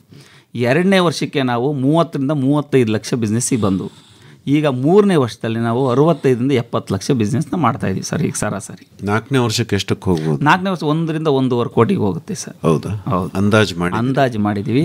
ಈಗೆಲ್ಲ ಅದಕ್ಕೆಲ್ಲ ಪೂರ್ವಭಾವಿಯಾಗಿ ಎಲ್ಲ ಏನೇನು ಮಾಡಬೇಕು, ಪರಿಕರಗಳನ್ನ ಏನೇನು ಈಗ ಸಪ್ಲೈ, ಈಗ ನೋಡಿ, ಈಗ ಉದಾಹರಣೆ ಸ್ಕೇರ್ ಸಿಟಿ ಮಾಡ್ತಾರೆ ಅಂತ ಗೊತ್ತಾಗಿ ಗೊಬ್ಬರನ ನಾವು ಈಗಾಗಲೇ ಸ್ಟಾಕ್ ಮಾಡೋಕ್ಕೆ ಸರ್ಕಾರಕ್ಕೆ ಬರೆದು ಬಿಟ್ಟಿದ್ದೀವಿ. ಆಯ್ತಪ್ಪ, ಫಸ್ಟ್ ಪ್ರಿಫರೆನ್ಸ್ ನಿಮಗೆ ಕೊಡ್ತೀವಿ, FAOಗಳಿಗೆ ನೀವು ಸಪ್ಲೈ ಮಾಡ್ಕೊಳ್ಳಿ ಅಂತ ಹೇಳ್ಬಿಟ್ಟಿದ್ದಾರೆ. ಅದೊಂದು ಪ್ಲಸ್ ಪಾಯಿಂಟು ಗೊಬ್ಬರದ ವಿಚಾರದಲ್ಲಿ. ಇನ್ನು ಸಾವಯವ ಗೊಬ್ಬರಗಳು ಮತ್ತು ನಮ್ಮಲ್ಲಿ ಇದ್ದು ಯಾವುದು ನೀಮ್ ಕೇಕು, ಅದನ್ನು ತರಿಸ್ತಾ ಇದ್ದೀವಿ. ಆಮೇಲೆ ರೋಗ ಎಲ್ಲೆಲ್ಲಿದೆ, ಈಗ ರೈತರಿಗೆ ಜಾಸ್ತಿ ತೆಂಗು ಮತ್ತು ಅಡಿಕೆಗೆ ಸ್ವಲ್ಪ ರೋಗ ಬರುತ್ತೆ ಸರ್, ಅದಕ್ಕೆ ಏನೇನು ಮಾಡಬೇಕು ಅಂಥೇಳಿ ಕೃಷಿ ಇಲಾಖೆ ಮತ್ತು ತೋಟಗಾರಿಕೆಯಿಂದ ಅವ್ರಿಗೆ ಟ್ರೈನಿಂಗು ಸಹ ಕೊಡಿಸ್ತಾ ಇದ್ದೀವಿ. ಈ ಕೆಲಸ ಮಾಡ್ತಿದ್ದೀವಿ. ಕೆಲವು ಸಂಘ ಸಂಸ್ಥೆಗಳನ್ನು ಇದಕ್ಕೆ ಒಳಗೊಂಡಂತೆ ನಾವು ಆ ಕಾರ್ಯನಿರ್ವಹಿಸ್ತಾ ಇದ್ದೀವಿ ಸರ್. ಈಗ ನಿಮ್ಮ ಬಿಸ್ನೆಸ್ಸನ್ನು ಮುಂದಿನ ಸಾಲಿನಲ್ಲಿ ಎಷ್ಟು ಕೇರಿಸ್ಬೇಕು ಅನ್ನೋ ಉದ್ದೇಶ ಇಟ್ಕೊಂಡಿದ್ದೀರಿ? ನಮ್ಮ ಮುಂದಿನ ವರ್ಷದ ಆಕ್ಷನ್ ಪ್ಲ್ಯಾನ್ ನಾವು ಪ್ರತಿ ವರ್ಷವೂ ನಾವು ಮಾಡ್ಕೊಂತೀವಿ ಸರ್. ಈ ವರ್ಷ ನಮ್ಮದು ಈಗ ಏನು ಕಳೆದ ಮಾರ್ಚಲ್ಲಿ 1,12,00,000 ಇತ್ತು. ಈ ಸತಿ 2,10,00,000 ನಾವು ಆಕ್ಷನ್ ಪ್ಲ್ಯಾನ್ ಹಾಕಿದ್ದೀವಿ. ಈಗಾಗಲೇ ಈ ವರ್ಷದಲ್ಲಿ 6 ತಿಂಗಳು ಕಳೆದಿದೆ. 80 ಲಕ್ಷ ಟರ್ನ್ ಓವರ್ ಸಹ ಆಗಿದೆ. ಇನ್ಪುಟ್ ಏನು ಮಾಡಿದ್ದೀರಿ ಟರ್ನ್ ಓವರ್? ಈಗ ನಾವು ರೈತರು ಬೆಳೆದಂಥ ಎಲ್ಲ ಬೆಳೆನೂ ನಾವು ಪರ್ಚೇಸ್ ಮಾಡ್ತಿದ್ದೀವಿ ಸರ್. ಎಲ್ಲ ಬೆಳೆ? ಹೌದು. ನಮ್ಮ ಮುಂಗಾರಲ್ಲಿ ಗ್ರೀನ್ ಗ್ರಾಮ್ ಹೆಸರು ಕಾಳು ಬೆಳೀತಾರೆ, ಅದನ್ನು ನಾವು ತಗೊಂತೀವಿ. ಅಲಸಂಡೆ ಕಾಳು ಬೆಳೀತಾರೆ, ಅದನ್ನು ನಾವು ತಗೊಂತೀವಿ. ಕೆಲವೊಂದು ಕಂಪ್ನಿಗಳ್ತ ನಾವು ಅಗ್ರಿಮೆಂಟ್ ಮಾಡ್ಕೊಂಡಿದ್ದೀವಿ. ಅಗ್ರಿಮೆಂಟ್ ಮಾಡ್ಕೊಂಡು ನೇರವಾಗಿ ಮಾಲುಗಳಿಗೆ, ಕಂಪ್ನಿಗಳಿಗೆ ಕೊಡ್ತಾ ಇದ್ದೀವಿ. ಅದ್ರ ಜೊತೆಗೆ ಸಿರಿಧಾನ್ಯಕ್ಕೆ ಸಾಕಷ್ಟು ಮುಂಗಾರಲ್ಲಿ ಸಾಕಷ್ಟು ಸಾವೇ ಬೆಳೆದಿದ್ದಾರೆ. ಈಗಾಗಲೇ 150 ಟನ್ ನಾವು ಪ್ರೊಕ್ಯೂರ್ ಮಾಡ್ಕೊಂಡು ಈಗ ಕೆಲವೊಂದು ಮಿಲ್ಗಳಿಗೆ ನಾವು ಆಲ್ರೆಡಿ ಕೊಟ್ಟಿದ್ದೀವಿ. ಹಣಕ್ಕೆ ಏನು ಮಾಡ್ತೀರಾ ಪ್ರೊಕ್ಯೂರ್ ಮಾಡೋದಕ್ಕೆ? ನಮ್ಮದು ಟೋಟಲ್ಲು 30 ಲಕ್ಷ ನಮ್ಮ ಬಂಡವಾಳ ಆದರೆ, ಈಗಾಗಲೇ ನ್ಯಾಪ್ ಕಿಸಾನಿಂದಲೂ ಸಹ 50 ಲಕ್ಷ ನಾವು ಲೋನ್ ತಗೊಂಡಿದ್ದೀವಿ ಸರ್. 50 ಲಕ್ಷ. ಹೌದು. ಹೋದ ವರ್ಷ 20 ಲಕ್ಷ ತಾನಿದ್ದು, ಅದನ್ನು ನಾವು ತೀರುವಳಿ ಮಾಡಿ ಈ ವರ್ಷ 50 ಲಕ್ಷ ನಾವು ಲೋನ್ ತಗೊಂಡಿದ್ದೀವಿ. ಈ ಲೋನಿಗೆ ಸಂಬಂಧಪಟ್ಟಂಗೆ ನಾವು ಆ ಬೆಳೆನಲ್ಲಿ ಯಾವ ಕಾಲದಲ್ಲಿ ಬೆಳೆ ಬರುತ್ತೆ, ಯಾವ ಕಾಲದಲ್ಲಿ ರೈತರಿಗೆ ಸರ್ವಿಸ್ ಕೊಡೋದು ನೋಡಿ ಅದನ್ನು ನಾವು ಇದು ಮಾಡ್ಕೊಂಡು ಆದಷ್ಟು ಬೇಗ ನಾವು ತೀರಿಸ್ತೀವಿ. ಅದನ್ನು ಈಗಾಗಲೇ 50 ಲಕ್ಷದಲ್ಲಿ ನಾವು ಒಂದು 150 ಟನ್ ಸಾವೇ ಪರ್ಚೇಸ್ ಮಾಡಿದ್ದೀವಿ. ಮಾರುಕಟ್ಟೆ ದರ ಆವಾಗ ನಾವು ತಗೊಂಡಾಗ 38 ರೂಪಾಯಿ ಇತ್ತು, ಇವತ್ತು 40 ರೂಪಾಯಿ ಇದೆ. ಈಗ ನಾವು ಇವತ್ತು ಕೊಟ್ಟರು ಸಹ 1 kgಗೆ 2 ರೂಪಾಯಿ ಅಂತೆ. 150 ಟನ್ನಿಗೆ ನಮಗೆ ಒಂದು 30,000ದಿಂದಲೂ ಜಾಸ್ತಿ ಬರುತ್ತೆ ನಮಗೆ ಲಾಭ. ಅದನ್ನು ನಾವೀಗ ಬೇಗನೆ ತೀರುವಳಿ ಮಾಡ್ತೀವಿ. ಹಂಗಾಗಿ ಲೋನಿಗಾಗಲಿ ಎಲ್ಲ ಬ್ಯಾಂಕ್ಗಳು ಸಹ, ರೈತ ಉತ್ಪಾದಕರ ಕಂಪ್ನಿಗಳಿಗೆ ಬ್ಯಾಂಕು ಸಹ ನಮ್ಮ ಟರ್ನ್ ಓವರ್ ನೋಡಿ ಸಾಲ ಕೊಡೋದಕ್ಕೆ ಮುಂದೆ ಬಂದಿದ್ದಾವೆ. ಅಂದರೆ ಒಂದು ಕಡೆ ರೈತರಿಂದ ನೀವು ಖರೀದಿ ಮಾಡಬೇಕು. ಖರೀದಿ ಮಾಡಿದ್ದನ್ನು ಇಟ್ಕೊಳ್ಳೋಕೆ ಏನು ವ್ಯವಸ್ಥೆ ಮಾಡ್ಕೊಂಡಿದ್ದೀರಿ? ಇಟ್ಕೊಳ್ಳೋದಕ್ಕೆ ನಮಗೆ APMCಯಿಂದ ಈಗ ಇದೇ ಉದಾಹರಣೆ. ಏನಂದ್ರೆ ರೈತ ಕಂಪ್ನಿಗಳಿಗೆ ಇಲಾಖೆ ಮೂಲಕ ಸರ್ಕಾರ ಎಷ್ಟು ಸೌಲಭ್ಯ ಕೊಡ್ತಿದೆ ಅನ್ನೋದಕ್ಕೆ, ಈಗ ನಮ್ಮ APMC ಮಾರುಕಟ್ಟೆನಲ್ಲಿ 10% ರಿಸರ್ವೇಷನ್ ಇಟ್ಟಿರುತ್ತೆ ಸರ್ಕಾರ ಆ ಇಲಾಖೆ ಮೂಲಕ. ನಮಗೆ ಒಂದು ದೊಡ್ಡ ಗೋಡನ್ನ 100+40 ಅಡಿ ಒಂದು ಗೋಡನನ್ನು ನಮಗೆ ಕೊಟ್ಟಿದ್ದಾರೆ. ಹ್ಯಾಕ್ ತಗೊಂಡ್ರಿ ಹೇಳಿ ಒಂಚೂರು. ನಮ್ಮದು ಟ್ರೇಡಿಂಗ್ ಇದಕ್ಕೆ ಸಂಬಂಧಪಟ್ಟ ಕಂಪ್ನಿನಲ್ಲಿ ಏನೇನು ಲೈಸೆನ್ಸ್ ತಗೋಬೇಕು ಅಂತಕ್ಕಂಥದ್ದು ಪ್ರಾರಂಭದಲ್ಲಿ ನಮ್ಮ ಮಾರ್ಗಸೂಚಿ ಪ್ರಕಾರ ಜನರಲ್ ಲೈಸೆನ್ಸ್ ಇರ್ಬೋದು, fertilizer license, chemical license, trading license, input ಔಟ್ಪುಟ್ಟಿಗೆ ಎಕ್ಸ್ಪೋರ್ಟ್ ಇಂಪೋರ್ಟ್ ಲೈಸೆನ್ಸ್ ಸಹ ನಾವು ಪಡ್ಕೊಂಡಿದ್ದೀವಿ. ಹೌದು ಸರ್. ಹಾಗಾಗಿ ಈಗ ಆಲ್ರೆಡಿ ನಾವು APMCನಲ್ಲಿ ಒಂದು ಗೋಡನ್ ಇರೋದ್ರಿಂದ ಅದೇ ಗೋಡೌನ್ ಹೆಂಗೆ ತಗೊಂಡ್ರಿ ಹೇಳಿ ಪ್ರೊಸೀಜರ್. ನಾವು ನಮ್ಮ ಪ್ರೊಸೀಜರ್ ಪ್ರಕಾರ ಇಲಾಖೆ ಏನು ಅವರು ಟೆಂಡರ್ ಕಾಲಾಗುತ್ತೆ ಟೆಂಡರ್ನಲ್ಲಿ ಭಾಗವಹಿಸಿದ್ದು ಹೌದು APMC ಟೆಂಡರ್ನಲ್ಲಿ ಭಾಗವಹಿಸಿ ನಮಗೆ ಟೆಂಡರ್ ಫೀಸ್ ಕಟ್ಟಿ ಆ ಕರದಲ್ಲಿ ಭಾಗವಹಿಸಿದ ಮೇಲೆ ನಮಗೆ ಒಂದು ಮಳಿಗೆಯನ್ನು ಅಲಾಟ್ ಮಾಡಿದ್ದಾರೆ. ಯಾವ APMCನಲ್ಲಿ? ಶ್ರೀರಾಮ್ಪುರ APMCನಲ್ಲಿ. ಅದು ಹೋಬಳಿ ಮಟ್ಟ, ಹೋಬಳಿನಲ್ಲೇ ಒಂದು APMC ಇದೆ, ಅದರಲ್ಲಿ ನಮಗೆ ಒಂದು ಕೊಟ್ಟಿದ್ದಾರೆ. ಎಲ್ಲ ರೈತರು ಸಹ ಅಲ್ಲೇ ಬಂದು ನಮಗೆ ಕೊಡ್ತಾರೆ. ನಾವು ಅಲ್ಲೇ ಒಬ್ಬರನ್ನ ಇಟ್ಟಿದ್ದೀವಿ, ನಮ್ಮ ಸಂಬಂಧಪಟ್ಟ ಒಬ್ಬ ಸ್ಟಾಫನ್ನು. ಅವರೇ ಬಂದಿರತಕ್ಕಂಥ ಬೆಳೆಯನ್ನು ತೂಗಿ ಅಲ್ಲಿಗೆ ಹಾಕ್ತಾರೆ. ಯಾವ್ದಾದ್ರು ಒಂದು ಕಂಪ್ನಿ ನಮಗೆ ಇಷ್ಟು ಕ್ವಿಂಟಾಲ್ ಬೇಕು ಅಂದಾಗ ಅವರು ಅಷ್ಟು ಕ್ವಿಂಟಾಲ್ ಆದಮೇಲೆ ಅವ್ರು ಬಂದು ತಗೊಂಡು ಹೋಗ್ತಾರೆ. ಅಂದರೆ ಈಗ ನೀವು APMCನಲ್ಲಿ ಉತ್ಪನ್ನಗಳನ್ನು ಸಂಗ್ರಹಣೆ ಮಾಡ್ತಿದೀವಿ, ಮಾರಾಟನೂ ಮಾಡ್ತಿದೀವಿ. ಜಾಗ ಇಟ್ಕೊಂಡಿದ್ದೀರಿ. ಆಮೇಲೆ ಪ್ರೊಸೆಸಿಂಗ್ ಪ್ಲಾಂಟ್ ನಿಮ್ಮದೇ ಒಂದು ಹಾಕೊಂಡಿದ್ದೀರಿ ಸಿರಿಧಾನ್ಯಗಳಿಗೆ ಸಂಬಂಧಪಟ್ಟ. ಹೌದು ಸರ್, ಹೌದು. ಮತ್ತು ನಿಮ್ಮ ಉತ್ಪನ್ನದ ಹೆಸರೇನು ಹೇಳಿದ್ರಿ? ಹೊಸ ಸಿರಿ ಅಂತ ಹೇಳಿ. ಹೊಸದುರ್ಗ ಹೊಸ ಸಿರಿ ಅಂತ ಯಾಕಿಟ್ಟು ಅಂದರೆ ಹೊಸದುರ್ಗದಲ್ಲಿ ಸಿರಿಧಾನ್ಯ ಜಾಸ್ತಿ, ಹಂಗಾಗಿ ಹೊಸ ಸಿರಿ ಅಂತಲೇ ನಮ್ಮ ಬ್ರ್ಯಾಂಡನ್ನು ನಾವು ಮಾಡಿದ್ದೀವಿ. ಓಕೆ, ಏನೆಲ್ಲ ಸಿರಿಧಾನ್ಯಗಳು ಸಿಗಬಹುದು ನಿಮ್ಮಲ್ಲಿ? ನಮ್ಮಲ್ಲಿ ಮೇಜರು ಸಾವೆ ಸಿಗುತ್ತೆ, ನವಣೆ ಸಿಗುತ್ತೆ, ಇನ್ನು ಊದಲು, ಕೊರಲೆ. ಈಗ ಕೃಷಿ ಇಲಾಖೆಯಲ್ಲಿ ರಾಷ್ಟ್ರೀಯ ಆಹಾರ ಭದ್ರತೆ NFSM ಸ್ಕೀಮ್ ಅಂತ ಒಂದು ಐತೆ. ಆ ಸ್ಕೀಮಲ್ಲಿ ಇಲಾಖೆಯರು ರೈತರುಗಳಿಗೆ ಸಿರಿಧಾನ್ಯಗಳು ಕೊಟ್ಟು ಬೆಳೆಸ್ತಾ ಇದ್ದಾರೆ. ಆ ಸಿರಿಧಾನ್ಯಗಳು ಮಾರ್ಕೆಟಲ್ಲಿ ಗೊತ್ತೇ ಇಲ್ಲ ಎಷ್ಟೋ ಜನ. ಊದಲು ಅಂದ್ರೇನು, ಆರ್ಕ ಅಂದ್ರೇನು, ಕೊರಲೆ ಅಂದ್ರೇನು, ಅದನ್ನು ನಾವು ಕಂಪ್ನಿಯಿಂದ ಪರ್ಚೇಸ್ ಮಾಡ್ತಿದ್ದೀವಿ. ಈಗ ಅದನ್ನು ಪರ್ಚೇಸ್ ಮಾಡಿ ನಮ್ಮ ಒಂದು ಪ್ರೊಸೆಸಿಂಗ್ ಯೂನಿಟಲ್ಲೇ ಪ್ರೋಸೆಸ್ ಮಾಡಿ ಮಾರುಕಟ್ಟೆಗೆ ಕೊಡ್ತಾ ಇದ್ದೀವಿ ಸರ್. ಈಗ ಯಾರಿಗೆ ತಿನ್ನಿಸ್ತೀರಾ ಅದನ್ನ, ಎಲ್ಲಿ ಮಾರ್ತೀರಾ? ಇಲ್ಲ, ಈಗ ಅದು ಸಾಕಷ್ಟು ಅವೇರ್ನೆಸ್ ಬಂದಿರೋದ್ರಿಂದ ಎಲ್ಲರೂ ಸಹ ಏನು ಸಿರಿಧಾನ್ಯದಲ್ಲಿ ಫೈಬರ್ ಕಂಟೆಂಟ್ ಜಾಸ್ತಿ ಇದೆ ಅಂತ ಹೇಳ್ತಿದ್ರು. ಈಗೇನು 40-50 ವರ್ಷ ಆದಮೇಲೆ ಎಲ್ಲರಿಗೂ BP ಆರೋಗ್ಯ ಸಮಸ್ಯೆಯನ್ನು ಕಾಪಾಡ್ಕೋಬೇಕು ಅನ್ನೋದಾದರೆ ಸಿರಿಧಾನ್ಯನೇ ಉಪಯೋಗಿಸಿ ಅಂತೇಳಿ ಇವತ್ತು ಜಗಜ್ಜಾಹೀರ ಎಲ್ಲದು. ಹಂಗಾಗಿ ಸಾಕಷ್ಟು ಬೇಡಿಕೆ ಬರ್ತಿದೆ. ಕೆಲವರು ಬಂದು ನಮ್ಮ ಒಂದು ಮಿಲ್ಲಲ್ಲೇ ಅವರೇ ಕೆಲವರು ಇದು ಮಾಡ್ಕೊಂಡು ಹೋಗ್ತಾರೆ, ಏನು ಪ್ರೋಸೆಸ್ ಮಾಡಿಸ್ಕೊಂಡು ಹೋಗ್ತಾರೆ, ಪಾಲಿಶ್ ಪ್ರೋಸೆಸ್ ಮಾಡಿಸ್ಕೊಂಡು ಹೋಗ್ತಾರೆ. ಕೆಲವ್ರು ಇಲ್ದರು ನಮ್ಮಲ್ಲಿ ತಗೊಂಡು ಮಾರ್ಕೆಟ್ ಮಾಡ್ತಾ ಇದ್ದಾರೆ ಸರ್, ಅಂಗಡಿಗಳಿಗೆಲ್ಲ ಕೊಡ್ತಾ ಇದ್ದೀವಿ. ಪುಟ್ಟರಾಜ್ ಅವರೇ, ನಿಮ್ಮ ಮಾರಾಟ ತಾಂತ್ರಿಕತೆ ಬಗ್ಗೆ? ನಮ್ಮ ಮಾರಾಟ ತಾಂತ್ರಿಕತೆ ಸ್ಟ್ರಾಟಜಿ ಭಾಳ ತುಂಬ ಇದೆ ಸರ್. ಮುಖ್ಯವಾಗಿ ನಮಗೆ ಸರ್ಕಾರದಿಂದ ಒಂದು ಮಿಲ್ಲನ್ನು ಹಾಕಿದ್ದೀವಿ. ಏನು ಮಿಲ್ಲು? ಸಿರಿಧಾನ್ಯದ ಕ್ಲೀನ್ ಮಾಡೋ ಅಂತ ಒಂದು ಮಿಲ್ ಹಾಕಿದ್ದೀವಿ. ನೀವು ಒಂದು ಮಿಲ್ ಹಾಕಿದ್ದೀರಿ? ಹೌದು, 11 ಲಕ್ಷ ರೂಪಾಯಿದು ಒಂದು ಮಿಲ್ಲು. ಅದರಲ್ಲಿ ಸಬ್ಸಿಡಿ ಸರ್ಕಾರ ಕೊಟ್ಟಿದೆ ಸರ್. ಒಟ್ಟು ನಾವು 4 ಲಕ್ಷ ರೂಪಾಯಿ ಮಾತ್ರ ಕಟ್ಟಿದ್ದೀವಿ, ಉಳಿದದ ಸರ್ಕಾರ ಸಬ್ಸಿಡಿ ಕೊಟ್ಟಿದೆ. ಈಗ ಆ ಮಿಲ್ನಲ್ಲಿ ನಾವು ರೈತರಿಂದ ಪರ್ಚೇಸ್ ಮಾಡಿದಂಥ ಏನು ಮೆಟೀರಿಯಲ್ಸ್ ಇದೆ, ಅದು ಸಾವೆ ನವಣೆ ಏನಿದೆ ಜಾಸ್ತಿ, ಅದನ್ನು ಮಿಲ್ ಮಾಡಿ ನಾವು ಕೆಲವು ಅಂಗಡಿಗಳಿಗೆ ಕೊಡ್ತಾಯಿದ್ದೀವಿ ಸರ್. ಸುಮಾರು ಅದಕ್ಕೆ 1 kg 10-15 ರೂಪಾಯಿ ನಮಗೆ ಲಾಭ ಬರ್ತಾಯಿದೆ. ಈಗ ನಮ್ಮದೇ ಬ್ರ್ಯಾಂಡ್ ಕಲ್ಪಮಿತ್ರ ಬ್ರ್ಯಾಂಡ್ನಲ್ಲೇ ಮಾಡ್ತಾಯಿದ್ವಿ. ಅಂದರೆ ನಮ್ಮ ಒಂದು FEO ಏನಿದೆ, FEO ಹೆಸರಲ್ಲೇ ಕಲ್ಪಮಿತ್ರಲ್ಲೇ ಮಾಡ್ತಾಯಿದ್ದೀವಿ. ಈಗ ಕೊಬ್ಬರಿಗೆ ತಿಪ್ಟೂರು ಬಹಳ ದೊಡ್ಡ ಮಾರುಕಟ್ಟೆ ಅಂತ ತಾವು ಹೇಳಿದ್ರಿ. ಹೌದು. ಈಗ ಅಲ್ಲೇನಾದರೂ ತಾವು ಮಾರಾಟಕ್ಕೆ ಒಂದು ಮಳಿಗೆ ತಗೊಳ್ಳೋದು ಅಥವಾ ನೀವೇ ಒಬ್ಬ ಮಾರಾಟಗಾರನಾಗಿ ಲೈಸೆನ್ಸ್ ಪಡೆಯೋದು? ಅದು ಪ್ರೋಸೆಸ್ ಬಗ್ಗೆ ನಾವು ಮಾತಾಡೋದಾದ್ರೆ, ತಿಪ್ಟೂರು ಅಂತಾರಾಷ್ಟ್ರೀಯ ಮಾರುಕಟ್ಟೆ ತಿಪ್ಟೂರಿಗಿದೆ ಸರ್. ಅದೇ ರೀತಿ 2ನೇ ಮಾರುಕಟ್ಟೆ ಉಳಿಯಾರ್ಗಿದೆ ಸರ್. ಓ ಸರಿ. ಅಂತಾರಾಷ್ಟ್ರೀಯ ಮಾರುಕಟ್ಟೆ ಏನಿದೆ ಅದೇ ಥರ ಮಾರ್ಕೆಟು ಉಳಿಯಾರ್ಗಿದೆ ಸರ್. ನಿಮ್ಮಲ್ಲೇ ಇದೆ? ಉಳಿಯಾರು ಒಂದು ಪ್ರತಿಷ್ಠಿತವಾದಂಥ ಕೊಬ್ಬರಿ ಮಾರ್ಕೆಟ್ ಇವಾಗ ಅಟ್ ಪ್ರೆಸೆಂಟ್ ಇರೋದು. ಹೋಗ್ಲಿ, ಎಲ್ಲರೂ ತಗೊಂಡಿದ್ರಲ್ಲ ಅಲ್ಲಿ. ಇವಾಗ ನಾವು ಅಪ್ಲೈ ಮಾಡಿದ್ದೀವಿ ಸರ್, ಅಲ್ಲಿ ಮಾಡಿದ್ದೀವಿ. ಅಲ್ಲಿ ನಮಗೆ ಕೊಡ್ತೀವಿ ಅಂತ ಹೇಳಿದ್ದಾರೆ. ಅಂದರೆ ಪ್ರೈವೇಟಲ್ಲೆಲ್ಲ ಕಟ್ಸಿಬಿಟ್ಟಿದ್ದಾರೆ. ಈಗ ಟೆಂಡರ್ ಮಾಡಿ ಈ ಸರಿ ನಾವು ಟೆಂಡರ್ನಲ್ಲಿ ಭಾಗವಹಿಸ್ತಾ ಇದ್ದೀವಿ. ಈ ಸರಿ ಕೊಡ್ತಾ ಇದ್ದಾರೆ ಸರ್ ನಮಗೆ. ಅಂದರೆ ನಿಮಗೊಂದು ಮಳಿಗೆ ಸಿಗುತ್ತೆ? ಮಳಿಗೆ ಖಂಡಿತ ಸಿಗುತ್ತೆ. ಅದು ಇನ್ನೊಂದು ವಿಚಾರ ಏನಾದರೆ, ನಾವು ಇನ್ನೊಂದು ದಾಪುಗಾಲಿಟ್ಟು ತರಕಾರಿಗೂ ಸಹ ನಾವು ಬರ್ತಾ ಇದ್ದೀವಿ. ಇವಾಗ ಉದಾಹರಣೆ, ಈ ಮಾರ್ಕೆಟಲ್ಲಿ ನಾವು ಮಳಿಗೆ ತಾಂಡಿದ್ದೆ ಆದರೆ ಸುತ್ತಮುತ್ತ ರೈತರು ಬೆಳೆದಂಥ ತರಕಾರಿಗಳನ್ನ ಅವರು ಯಾರಿಗೂ ಅಗ್ಗದ ದರದಲ್ಲಿ ಕೊಟ್ಟು ಮಾರಾಟ ಮಾಡೋದಕ್ಕಿಂತ ನಮ್ಮ ಒಂದು ಕಂಪನಿಯ ಒಂದು ಸ್ಟಾಲ್ ಏನಿದೆ, ಈ ಟೆಂಡರ್ ತಗೊಂಡಿರ್ತಕ್ಕಂಥ ಒಂದು ಸ್ಟಾಲ್ನಿದೆ, ಅಲ್ಲೇ ನಾವೇ ಒಬ್ಬನಿಟ್ಟು ಮಾರಾಟ ಮಾಡೋ ಒಂದು ವ್ಯವಸ್ಥೆ ಮಾಡ್ತಾ ಇದ್ದೀವಿ ಸರ್. ಇಲ್ಲ, ರೈತರಿಂದ ನೀವೇನೋ ತಗೋತೀರಾ, ಅದನ್ನ ಯಾರಿಗೆ ಕೊಡ್ತೀರಾ ತರಕಾರಿನ? ಮಾರ್ಕೆಟ್ನಲ್ಲಿ ಬರ್ತಾರಲ್ಲ ಸರ್, ಅವರೇ ಬರ್ತಾರೆ. ಈ ಕೆಲವರು ಮಾತ್ರ ರೈತರು ಬೆಳೀತಾರೆ ಸರ್. ಇನ್ನು ಉಳಿದಂಥ ರೈತರು ಬೇರೆ ಬೇರೆ ಉದ್ಯಮ ಪಶುಸಂಗೋಪನೆ ಮಾಡ್ತಾರೆ, ಅವರು ತರಕಾರಿ ಬೆಳೀತಾ ಇಲ್ಲ, ಅವ್ರು ಬ್ಯಾಗ್ ಹಿಡ್ಕೊಂಡು ಹೋಗಲೇಬೇಕು. ಅವರು ನಮ್ಮ ಹತ್ರ ಬರ್ತಾರೆ. ಅವೇರ್ನೆಸ್ ಇದೆಯಲ್ಲ, ನಮ್ಮ ಹತ್ರ ಕಡಿಮೆ ದರಕ್ಕೆ ಸಿಗುತ್ತೆ ಅಂತ ಅವೇರ್ನೆಸ್ ಇರೋದ್ರಿಂದ ನಮ್ಮ ಹತ್ರ ಬರ್ತಾರೆ ಅವರು. ಓಕೆ, ಅಂದರೆ ಒಂದು ಮಳಿಗೆ ನಿಮ್ಮ ಮೂಲ ಉತ್ಪನ್ನ ತೆಂಗು ಮತ್ತು ಕೊಬ್ಬರಿ ಅಲ್ವಾ? ಎಳನೀರು ಮಾರಾಟಕ್ಕೆ ಅಂತ? ಎಳನೀರು ಮಾರಾಟ ನಮ್ಮ ಸೈಡ್ ಒಂದು ಈ ಪ್ರಚಾರ, ನಮ್ಮಲ್ಲಿ ಎಳನೀರಿಗೆ ಬರ್ತಕ್ಕಂತಹ ಬೆಳೆ ಸ್ವಲ್ಪ ಸೈಜ್ ಕಡಿಮೆ ಬರ್ತಾ ಇದೆ ಸರ್ ನಮ್ಮ ಸೈಡು. ಅಂದರೆ ಚಿಕ್ಕನಾಯಕನಹಳ್ಳಿ ಇರುವ ತುರುವೇಕೆರೆಯನ್ನು ದಾಟಿದರೆ ನಿಮಗೆ ಎಳನೀರ ಪ್ರಮಾಣ ಕಡಿಮೆ. ನಮ್ಮಲ್ಲೆಲ್ಲ ಮುಖ್ಯವಾಗಿ ಏನು ಮಾಡಿಬಿಡ್ತಾರೆ ರೈತರು, ಅವ್ರ ಮೈಂಡ್ ಸೆಟ್ ಏನಾಗ್ಬಿಟ್ಟಿದೆ ಅಂದರೆ, ಮುಖ್ಯವಾಗಿ ನೀವು ಕಾಯಿ ಕೆಡುತ್ತಿದ್ದಂಗೆ ಕೊಬ್ಬರಿಗೆ ಹಾಕ್ಬಿಡ್ತಾರೆ. ಅದೇ ಮೇಯ್ನ್ ಉದ್ದೇಶ. ಎಳ್ನೀರಿನ ಬಳಕೆನೇ ಇಲ್ಲ, ಅದು ಎಳ್ನೀರು ಗಿಡಗಳನ್ನ ಭಾಳ ಕಡಿಮೆ. ಈಗ ನೀವು ಸ್ವಂತ ಕಾರು ಎಳ್ನೀರು ಗಿಡಗಳನ್ನ ನೆಡ್ರಿ ಅನ್ನೋ ಉದ್ದೇಶಕ್ಕೆ ಇದು ನಿಮ್ಮ ಮಂಡ್ಯ ಜಿಲ್ಲೆನಲ್ಲಿ ಲೋಕಸರ ಅಂತ ಏನು ತೆಂಗು ಅಭಿವೃದ್ಧಿ ಮಂಡಳಿ ಇದೆಯಲ್ಲ, ಅಲ್ಲಿ ನಮಗೆ ಫ್ರೀಯಾಗಿ ಕೊಡಿಸೋ ಒಂದು ವ್ಯವಸ್ಥೆ ನಾವು ಮಾಡ್ತಾ ಇದ್ದೀವಿ ಸರ್.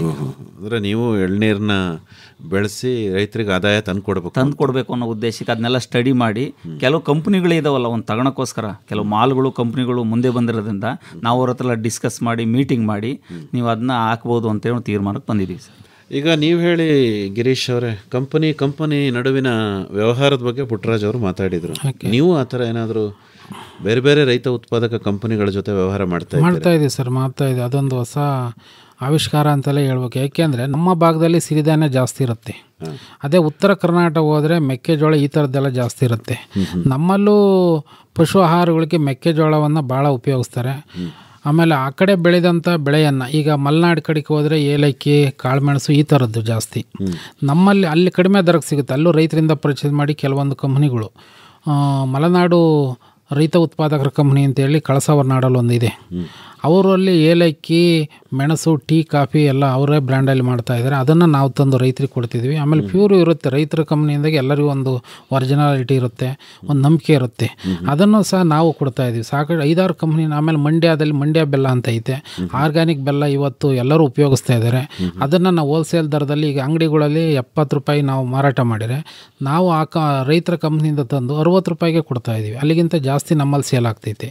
ಅಲ್ಲ ರೈತರುಗಳಿಗೂ ಅನುಕೂಲ ಆಯಿತು. ನಮ್ಮಲ್ಲಿರ್ತಕ್ಕಂಥ ಸಿರಿಧಾನ್ಯ ಅವ್ರಿಗೆ ಕಳಿಸ್ತೀವಿ, ಅವರಿಗೂ ನಮ್ಮ ನೇರವಾಗಿ ಅನುಕೂಲ ಆಗ್ತಾಯಿದೆ. ಅದ್ರ ಜೊತೆಗೆ ಇನ್ನೊಂದು ನಾನು ಈ ಒಂದು ವಿಚಾರದಲ್ಲಿ ಹಂಚ್ಕೋಬೇಕು ಅನ್ನೋದಾದರೆ, ನಮ್ಮ ಈ ಆಗಸ್ಟ್ 15 ಏನು ಸ್ವಾತಂತ್ರ್ಯ ದಿನೋತ್ಸವ ಆಚರಣೆ ಮಾಡ್ತು, ನಮ್ಮ ದೇಶದ ಗೌರವಾನ್ವಿತ ಪ್ರಧಾನಮಂತ್ರಿಗಳು ಈ ವರ್ಷದ ಸ್ವಾತಂತ್ರ್ಯ ದಿನೋತ್ಸವದಲ್ಲಿ ನಮ್ಮ ಒಂದು ಕಂಪ್ನಿಯ 8 ಜನ ಡೈರೆಕ್ಟರ್ಗಳನ್ನು ಆಹ್ವಾನಿಸಿದರು. ನಮ್ಮ ಕರ್ನಾಟಕದಿಂದಲೇ ನಮ್ಮದೇ ಫಸ್ಟು ಇದು ಮಾಡಿದ್ದು. ಈ ಸರಿ ನಮಗೆ ಅವಕಾಶ ಕೊಟ್ಟಿದ್ದರು. ನಾನು CEO ಸೇರಿ 8 ಜನ ನಾವು ಡೆಲ್ಲಿಗೆ ಹೋಗಿ ಸ್ವಾತಂತ್ರ್ಯ ದಿನಾಚರಣೆಯ ಏನು ಫ್ಲಾಗ್ ಹಾರ್ವೆಸ್ಟಿಂಗ್ ಇದೆ ಅದನ್ನು ನಾವು ಭಾಗವಹಿಸಿದ್ದು ಕೆಂಪು ಕೋಟೆನಲ್ಲಿ. ಅದೊಂದು ಈ ಒಂದು ಇದರಲ್ಲಿ ಹೇಳ್ಕೊಳ್ಳೋದಕ್ಕೆ ನನಗೆ ಹೆಮ್ಮೆ ಆಗುತ್ತೆ. ನೋಡಿ, ಒಂದು ಕಂಪನಿ ಮಾಡಿದ್ರಿಂದ ಹೌದು, ಎಂಥ ಅವಕಾಶ ನಿಮಗೆ ಸಿಕ್ತು. 100%. ಅದ್ರ ಜೊತೆಗೆ ಇಲಾಖೆ ಸಾಕಷ್ಟು ಸಪೋರ್ಟ್ ಐತೆ ಸರ್. ಇಲಾಖೆನಲ್ಲಿ ಈಗ ಬಿತ್ತನೆ ಬೀಜ ಇರ್ಬೋದು, ಎಲ್ಲದೂ ಸಹ ಅವರು ಬೇರೆ ಯಾವುದೋ ಒಂದು ಕಂಪ್ನಿಯಿಂದ ತರ್ತಾರೆ. ಈ ಸತಿ ಸಿರಿಧಾನ್ಯಕ್ಕೆ ನಮ್ಮ ಒಂದು ಹೊಸದುರ್ಗ ತಾಲೂಕಲ್ಲಿ, ಚಿತ್ರದುರ್ಗದಲ್ಲಿ ರಾಷ್ಟ್ರೀಯ ಆಹಾರ ಏನು NFSM ಅಂತ ಸ್ಕೀಮ್ ಅಂತ ಹೇಳಿದೆ, ಅದರಲ್ಲಿ ಸಾಕಷ್ಟು ಸಾವೆಯನ್ನೇ ಕೊಡ್ತಾರೆ. ಲಿಟ್ಲ್ ಮಿಲೆಟ್ ಅಂತ ಕರಿತೀವಿ, ಸಾವೆಯನ್ನು. ಅದನ್ನು ಮೊದಲು ಎಲ್ಲೋ ಬೇರೆ ಒಂದು ಇದರಿಂದ ಈಗ ನಮ್ಮ ಕಂಪ್ನಿಯಿಂದಲೇ ತಗೊಂತಾರೆ. ಅದನ್ನು ನಾವು ನಮ್ಮ ಪ್ರೋಸೆಸ್ ಯೂನಿಟ್ನಲ್ಲಿ ಪ್ರೋಸೆಸ್ ಮಾಡಿ ನಮ್ಮ ಒಂದು ಬ್ರ್ಯಾಂಡ್ ಅಡಿನಲ್ಲಿ ನಾವು ಇಡೀ ಇಲಾಖೆ ಸಪ್ಲೈ ಕೊಡ್ತಿದ್ದೀವಿ. ಈ ಟೋಟಲ್ 30 ಟನ್ ನಾವು ಇದನ್ನು ಕೊಟ್ಟಿದ್ದು. ಒಟ್ಟು 16,40,000 ನಾವು ಅದನ್ನು ನಮಗೆ ಇದಾಯಿತು, ಪ್ರಾಫಿಟ್ ಆಯಿತು. 1 kg 5 ರೂಪಾಯಿನಂದೆ, ಹೆಚ್ಚು ಕಡೆ 1-1.5 ಲಕ್ಷ ಲಾಭ ನಮ್ಮ ಕಂಪ್ನಿಗೆ ಆಯಿತು. ಹಂಗಾಗಿ ಇಲಾಖೆಗಳು ಸಹ ಸಾಕಷ್ಟು ರೈತ ಉತ್ಪಾದಕ ಕಂಪ್ನಿಗಳೇ ಸಪೋರ್ಟ್ ಮಾಡ್ತಾ ಇದ್ದಾವೆ.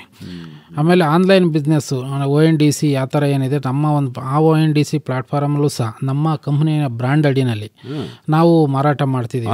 ಆನ್ಲೈನಲ್ಲೂ ಮಾರಾಟ ಮಾಡ್ತಿದ್ದೀವಿ ಸರ್. ಪರವಾಗಿಲ್ಲ. ಅದು ನಮ್ಮದು ಪ್ರತಿ ವರ್ಷವೂ ಒಂದು 40,000-50,000 ಆನ್ಲೈನ್ ಮಾರ್ಕೆಟಿಂಗು ಸಹ ನಮ್ದು ಆಗ್ತಾ ಇದೆ. ಓಕೆ. ನಿಮ್ಮದೇ ವೆಬ್ಸೈಟು, ನಿಮ್ಮದೇ ಇದು ಎಲ್ಲ ಮಾಡ್ಕೊಂಡು? ಹೌದು ಸರ್, ಹೌದು. ONDCನಲ್ಲಿ ನಾವು.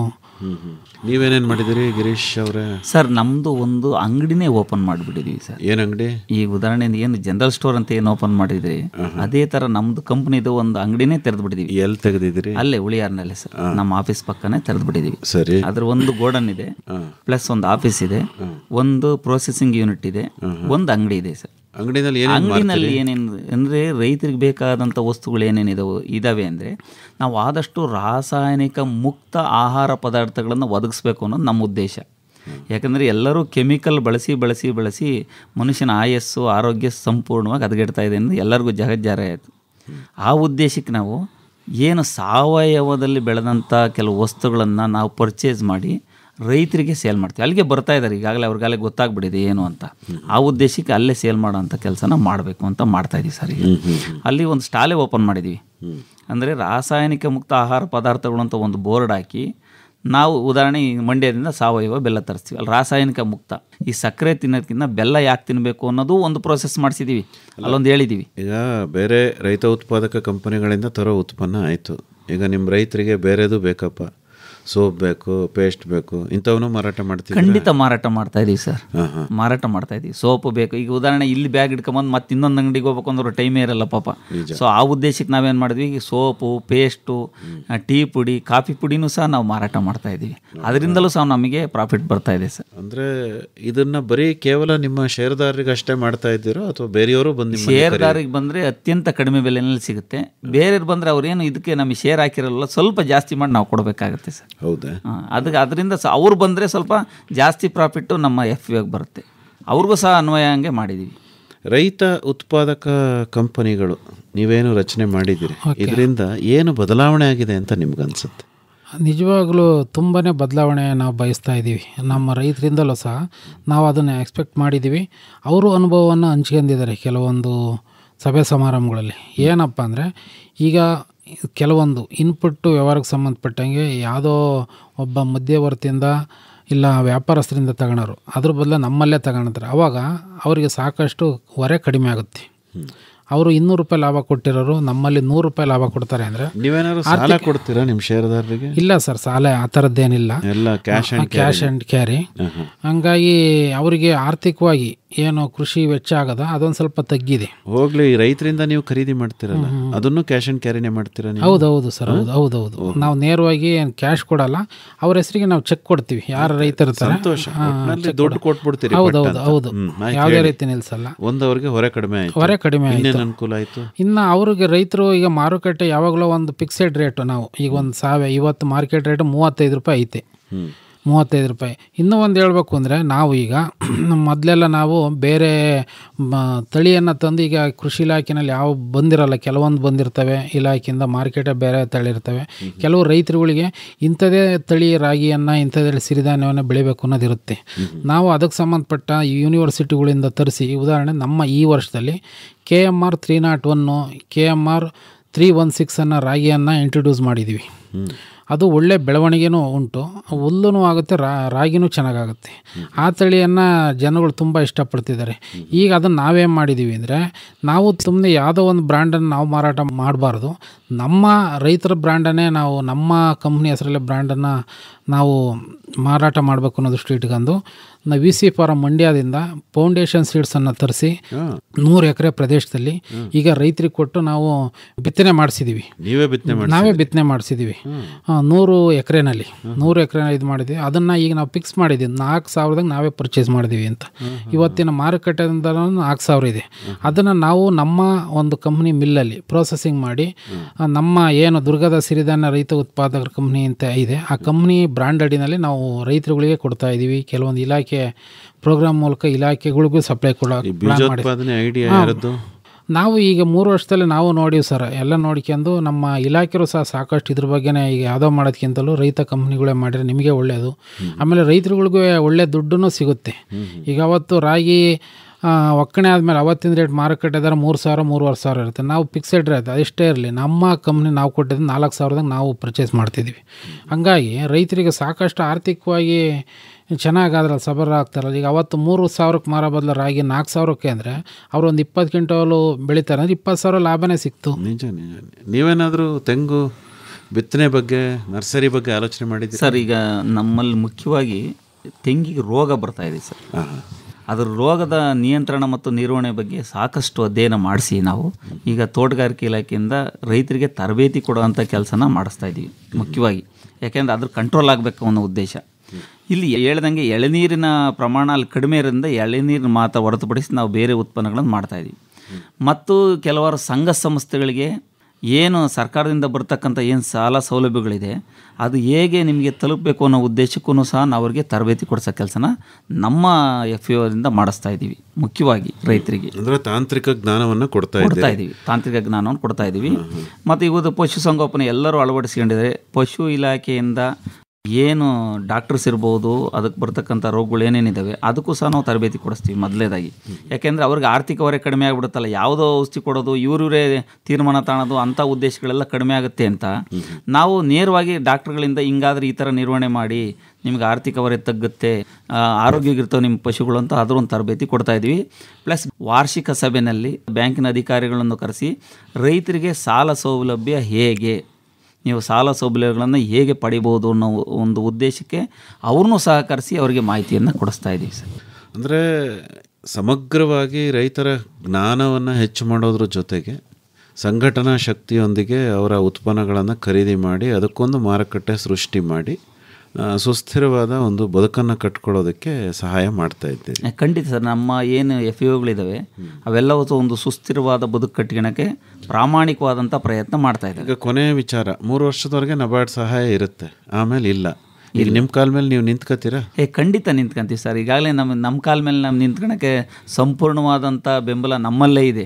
ನಮ್ಮಲ್ಲೇ ಆರ್ಥಿಕ ಶಕ್ತಿ ಇದೆ. ಪ್ಲಸ್ ನಮ್ಮಲ್ಲಿ ಲಾಭದಲ್ಲಿದ್ದೀವಿ. ಈಗಾಗಲೇ ನಾವು ಮೊದಲನೇ ವರ್ಷ ನಾವು ತರಬೇತಿ ಅಂತ ಸ್ವಲ್ಪ ಟೈಮ್ ಹೋಗುತ್ತೆ ಬಿಟ್ಟರೆ, ನಂತರ ಈಗಾಗಲೇ ನಾವು ಲಾಭದಲ್ಲಿರೋದ್ರಿಂದ ನಮಗೆ ಅದರ ಅವಶ್ಯಕತೆ ಏನು ಬರಲ್ಲ. ಆಮೇಲೆ ಇನ್ನೂ ಒಂದು, ನಮಗೆ ಎಷ್ಟು ಸಾಲ ಬೇಕಾದ್ರೂ ಸಹ ನಬಾರ್ಡ್ ಇರ್ಬೋದು ಅಥವಾ ನ್ಯಾಪ್ ಕಿಸಾನ್ ಇರ್ಬೋದು, ಬೇರೆ ಬೇರೆ ಸಂಸ್ಥೆಗಳು ಮುಂದೆ ಬಂದಿದ್ದಾವೆ. ನಮ್ಮಲ್ಲಿ ಲೋಕಲ್ ಇರ್ತಕ್ಕಂಥ ಬ್ಯಾಂಕ್ಗಳು ಸಹ ಮುಂದೆ ಬಂದಿದ್ದಾವೆ ಸಾಲ ತಗೊಳ್ಳಿ ಅಂತ. ನೀವು ಸ್ವಾವಲಂಬಿಗಳಾಗಿದ್ದೀರಾ? ನಿಜವಾಗ್ಲೂ ಖಂಡಿತವಾಗೂ ಸ್ವಾವಲಂಬಿಗಳಾಗಿದ್ದೀವಿ. ನಮ್ಮ ಟರ್ನ್ ಓವರು ಜಾಸ್ತಿ ಆಗ್ತಿದೆ. ಆಡಿಟ್ ರಿಪೋರ್ಟ್ ಪ್ರಕಾರ ನಮ್ಮ ಏನು 3-4 ಲಕ್ಷ ಪ್ರತಿ ವರ್ಷ ಲಾಭನೂ ಸಹ ನಾವು ಗಳಿಸೋದ್ರಿಂದ ನಾವು ರೈತರಿಗೆ ಇನ್ಸೆಂಟಿವ್ ಕೊಡಬೇಕು ಅಂತಲೂ ಮುಂದಿನ ವರ್ಷ ನಾವು ಪ್ಲ್ಯಾನು ಮಾಡ್ಕೊಂಡಿದ್ದೀವಿ. ಹಂಗಾಗಿ ನಮಗೆ ಸಮಸ್ಯೆ ಇಲ್ಲ. ಯಾವುದೇ ಇದಾದ್ರೂ ಈಗ ತಂದೆ ತಾಯಿ ಆದರೂ ಬೆಳೆಸೋದು ಒಬ್ಬ ಮಗ ಯುವನಿಗೆ ಬರೋ ತಗನ ಬೆಳೆಸ್ತಾನೆ.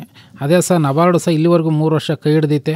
ಅದಕ್ಕೆ ಸಂಬಂಧಪಟ್ಟಂತೆ ಎಲ್ಲ ಒಂದು ಪ್ರೊಸೀಜರ್ನು ಹೇಳ್ಕೊಟ್ಟೈತೆ. GST ಫೈಲ್ ಮಾಡ್ತಕ್ಕಂಥದ್ದು ಎಲ್ಲದು ಸಹ ಈಗ ನಾವೇ ಒಂದು ಸದೃಢವಾಗಿ ಬೆಳೆದಿದ್ದೀವಿ. ಹಾಗಾಗಿ ತೊಂದರೆ ಇಲ್ಲ, ನಾವು ನಡ್ಕೊಂಡು ಹೋಗ್ತೀವಿ. ಆಮೇಲೆ ರೈತರ ಸಪೋರ್ಟು ಸಹ ಇರೋದ್ರಿಂದ ರೈತರು ಸಹ ಈ ಬೆನ್ನೆಲುಬಾಗಿ ನಮ್ಮ ಒಂದು ಕಂಪ್ನಿನ ಒಂದು ಮನಸ್ಸು ಅವರಲ್ಲಿರೋದ್ರಿಂದ ನಿಜವಾಗ್ಲೂ ಕಂಪ್ನಿ ಚೆನ್ನಾಗೂ ಬೆಳೆಯುತ್ತೆ. ಆಮೇಲೆ ಒಳ್ಳೆ ಲಾಭನೂ ಇದು, ನಮ್ಮ ಮುಂದೆ ಚೆನ್ನಾಗಿ ನಡೆಸ್ಕೊಂಡು ಹೋಗ್ತೀವಿ ಸರ್. ಹೆಚ್ಚಿನ ಮಾಹಿತಿಗೆ ನಿಮ್ಮನ್ನೇ ನೇರವಾಗಿ ಸಂಪರ್ಕ ಮಾಡಬೇಕು ಅಂದರೆ ಪುಟ್ಟರಾಜ್ ಅವರೇ, ಸಂಪರ್ಕಕ್ಕಾಗಿ ನಿಮ್ಮ ಮೊಬೈಲ್ ಸಂಖ್ಯೆ 7898583894. ಇನ್ನೊಮ್ಮೆ ಹೇಳ್ತೀರಾ? 7898583894. ಇನ್ನೂ ಒಂದ್ಸರಿ ಹೇಳ್ಬಿಡಿ. 7898583894. ತಮ್ಮದು ಗಿರೀಶ್ ಅವರೇ? 9686769685. ಇನ್ನೊಮ್ಮೆ 9686779685. ಇನ್ನೂ ಒಂದ್ಸರಿ ಹೇಳ್ಬಿಡಿ. 9686779685. ಒಳ್ಳೆಯದು ಗಿರೀಶ್ ಅವರೇ ಹಾಗೂ ಪುಟ್ಟರಾಜ್ ಅವರೇ, ಇದುವರೆಗೂ ನಿಮ್ಮ ರೈತ ಉತ್ಪಾದಕ ಕಂಪನಿ ಕಾರ್ಯಚಟುವಟಿಕೆಗಳಿಗೆ ಸಂಬಂಧಪಟ್ಟಂತೆ ಭಾಳ ಉಪಯುಕ್ತವಾದ ಮಾಹಿತಿಯನ್ನು ನೀಡಿದ್ರಿ. ಒಳ್ಳೆಯದಾಗಲಿ. ನಮಸ್ಕಾರ. ಧನ್ಯವಾದಗಳು ಸರ್ ತಮಗೆ. ನಮಸ್ಕಾರ. ನಮ್ಮ ಕಂಪನಿ ರೈತ ಉತ್ಪಾದಕರ ಕಂಪನಿ.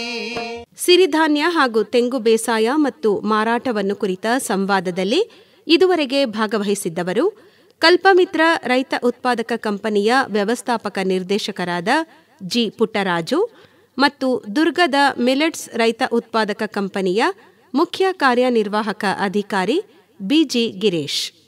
ಬರುವ ವಾರ ರೈತ ಉತ್ಪಾದಕ ಸಂಸ್ಥೆಗಳು ನಿಯಂತ್ರಿತ ಮಾರುಕಟ್ಟೆಗಳ ಮೂಲಕ ಕೃಷಿ ಉತ್ಪನ್ನಗಳನ್ನು ಮಾರಾಟ ಮಾಡುವುದು ಹೇಗೆ, ಈ ಕುರಿತು ಮೈಸೂರಿನ ಕೃಷಿ ಉತ್ಪನ್ನ ಮಾರುಕಟ್ಟೆ ಸಮಿತಿಯ ಹೆಚ್ಚುವರಿ ಕಾರ್ಯದರ್ಶಿ ಸಿದ್ದರಾಜು ಅವರೊಂದಿಗೆ ಸಂದರ್ಶನವಿದೆ.